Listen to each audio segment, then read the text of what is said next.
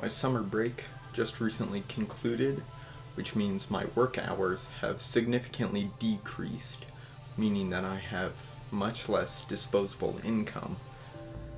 That being said, I purchased quite the large sum of CDs over the summer, so I figured that since my collection recently just hit above 50, I would like to go through and showcase everything that I have in my collection. First of all, I would like to show how I organize mine. I organize mine from right to left. I go in alphabetical order by artist, and then in chronological order by album release. Let's get into it. This first shelf is... Whoops! Alright, starting off, we got the Bionicle Band. All American Rejects. Not much to say about this one. Next up, we have one of my most recent additions, Barbie, the album. The most notable thing about this, I think, is just the look of the CD itself. Next up, we have Blink-182, Take Off Your Pants and Jacket. This is the red variant, for anyone who's curious. I hate to say it, but this is unspun. I've not actually listened to this CD yet. Next up, we have a pretty interesting one, Built to Spill. What's weird about this is it's actually formatted to look like a vinyl. If I take it out, you'll see the CD itself actually comes in a sleeve, just like how vinyls would. Next up, we have one of my favorite classic metal albums, Paranoid by Black Sabbath, Scream Bloody Gore by Death. This album is really good. This is the album that got me into death metal. Definitely not one of my favorite albums, but very influential. In a very similar vein, we have Leprosy by Death. Personally, I prefer this album a little bit more, but I think they're both really good. And for anyone curious, these are both the remasters. Next up, we have my two Five Finger Death Punch ones. The most notable thing about this is I bought it at a concert I went to, which essentially just means that I paid way more for it than I should have. We're getting into one of my favorite artists right now. Here we have Ghost's first studio album. Man, this band is great, but not much to say about their first CD. Next up is my only duplicate CD. I ordered this one from Amazon. It was one of my first CDs. Then I was at a used CD store and I came across this variant. What's interesting about Ghost CDs is all their booklets have an illustration per song. So that's why I really wanted to get the booklet version. Next up, we have their critically acclaimed Meliora with the sister EP Pope Star. Ironically, this is actually where Square Hammer comes from, not Meliora, but the deluxe edition of this CD is about $300, so it was a lot cheaper to just get the EP. Sadly, a similar story. Next up, we have... which one is this? Prequel. Those booklets I was talking about, that is exclusive to the deluxe edition, which also fetches for around $300. I'm not that diehard of a completionist, and so I am perfectly satisfied just keeping this version in my collection for now. Then we have the one that started it all. This Impera CD was actually the first CD I ever got. My friend, who was a huge fan of Ghost, took me to go pick up the vinyl for this on the day it came out. I'd not heard any Ghost at that time, and about a month later, I was a huge fan. I picked up this CD. I just wanted some physical merch of the band, and I'm not really a huge logo on a t-shirt guy, so I picked up their CD, and once I realized how much cool music there was on CD, that just set the whole ball rolling. Gorillaz, self-titled, not much to say, really good album. I went through a phase where I was kind of hyper obsessed with Gorillaz for about a month. I ordered a decent amount of their CDs. And yeah, Plastic Beach. This is the rare Spilled Coke edition. Yeah, I spilled a Coke all over my copy of Plastic Beach. Still though, this is one of my favorite albums I have on CD. I've played this one so much. Almost all the Gorillaz CDs have this, but I just wanted to highlight the art book because this is definitely my favorite art, because it's my favorite album by them. Unfortunately, this booklet too suffered during the Spilled Coke incident. The worst fucking part is I don't even like Coke that much. It was just free at my work. Sound Machine, Season 1, Strange Times. I unboxed this in my Safari Week video, so if you saw that, you'll recognize this. This one's unique because it has the worst fucking case ever and the CDs fall out all the time. Still, pretty good album. Closing out the first shelf, we have this year's Cracker Island. I got the CD day one and I thought it was alright. Next up, we have reached Green Day, my favorite band of all time. This is one of the few bands I'm going for 100% completion of. I'm talking all albums, EPs, collection. A lot of preamble. This is their first album. What's most notable about this is it's not their same drummer yet. They had a different drummer at the time. This is just a collection of some of the better songs off of their original albums back when they were still going as Sweet Children. Overall, I don't love it that much. Whoa, I don't know if that's a Green Day hot take. I like them more after they sold out. Except we got Dookie. We got the pee-pee poo-poo one. We got the dog taking a shit one. This album's great. Just turned 30 about a week ago. Unfortunately, this one belonged to my dad, and the CD does not play the best. Next up, we got Insomnia. This one's pretty decent. I picked it up at a used CD store, brand new. Honestly, not one of my favorite Green Day albums. I think it was a good follow-up to Dookie, but certainly they've released better. I like Nimrod. I like Nimrod a lot. As far as the CD itself goes, though, not much to say. Your standard word booklet with CD. Next up, we got Warning, which I think is Green Day's most mid album. A lot of fans will tell you it's underrated. I disagree. I can see where people are coming from, but for me, it definitely feels like they're getting a little bit tired of their sound, and I'm glad they switched it up with American Idiot. Yippee! Green Day's best album ever! If you can't tell, I'm not a huge fan of American Idiot. I by no means hate it. It is just, unfortunately, a little bit overplayed for me. I can see how it was a very big departure from their previous sound. I see why it became popular. I see how influential it was, but in retrospect, I think it's just a little bit too overplayed. You know, songs like Holiday and American Idiot, I'm genuinely satisfied if I never hear them again. I'm painting it like I hate this album. I still really like this album. I still think that this album is better than most albums. Next up, we got 21st Century Breakdown, which I love, but it is all personal bias. I can see why a lot of people think it's too long and just a watered down American Idiot. This is my fault, guys. This is actually in the incorrect place. Because I like to do these in chronological order, this actually came out after American Idiot. Not much to say. This is just a live album plus CD.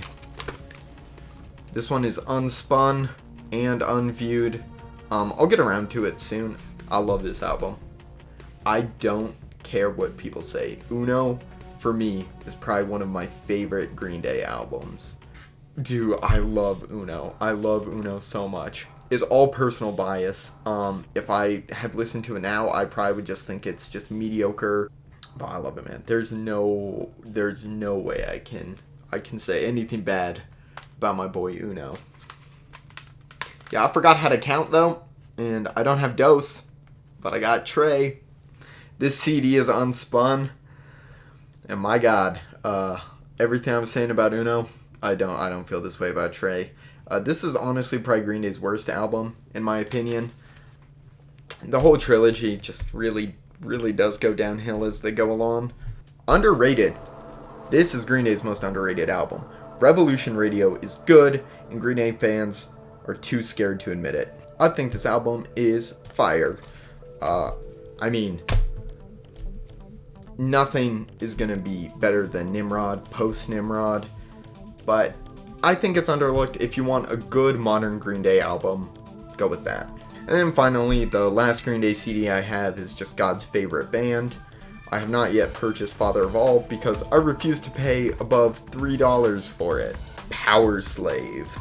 I think Iron Maiden is really good. I don't have many of their CDs, all thanks to this spine right here. I have the 1997 remaster of Power Slave, which the 97 remasters all form a picture on the spine. Unfortunately, they're all about $10 more expensive than the standard version as well. I mean, I love this album, man. I don't know what to say. It's definitely my favorite Maiden album, and they're one of my favorite older groups. Huge fan of the CD. Can't wait to get more Maiden in, but I'm just not as obsessed with them as I was a few months ago, so it'll probably be a bit. This CD catfished me. This would be an incredible CD collection if these weren't all re-recordings. The thing is, I felt dumb when I played it and they were all re-recordings, but then I realized nowhere on the packaging does it say, oh yeah, this is Iron Maiden after they got bad. So, I definitely felt like a fool putting this in my CD player for the first time. It's still decent. I haven't listened to all 3 CDs for obvious reasons. I've actually heard that the 3rd CD on this is pretty good because it's just their contemporaries. I used to think that this was some evil stain on my CD collection, but I don't think it's that bad. It was just very disappointing when I picked it up. Juno! This was in my CDs versus vinyls video. Like I said there, I've not watched the movie, and that has not changed. I will say, of my 2 movie CDs, this is my favorite. And finally, we have Pink Tape by Lil Uzi with the trading card. Now I know this came out this summer, but this is the first trap album I ever listened to, and I really liked it. I know it probably doesn't compare to all the trap music that's out there, but as an introduction, it was great. Good enough that I decided to buy it on CD for $58. In case you're wondering, yeah, that is way above what it goes for now. I got duped. But honestly, I'd rather overpay for it than not have it at all, so. Finishing up, we have... Whoops! My hat! Next up, we have My Beautiful Dark Twisted Fantasy by Kanye West. Now, this is the deluxe edition. So there's a lot of stuff here. First of all, it comes with the movie he made to accompany this album. Long-ass music video. And then most interestingly is the actual cover itself.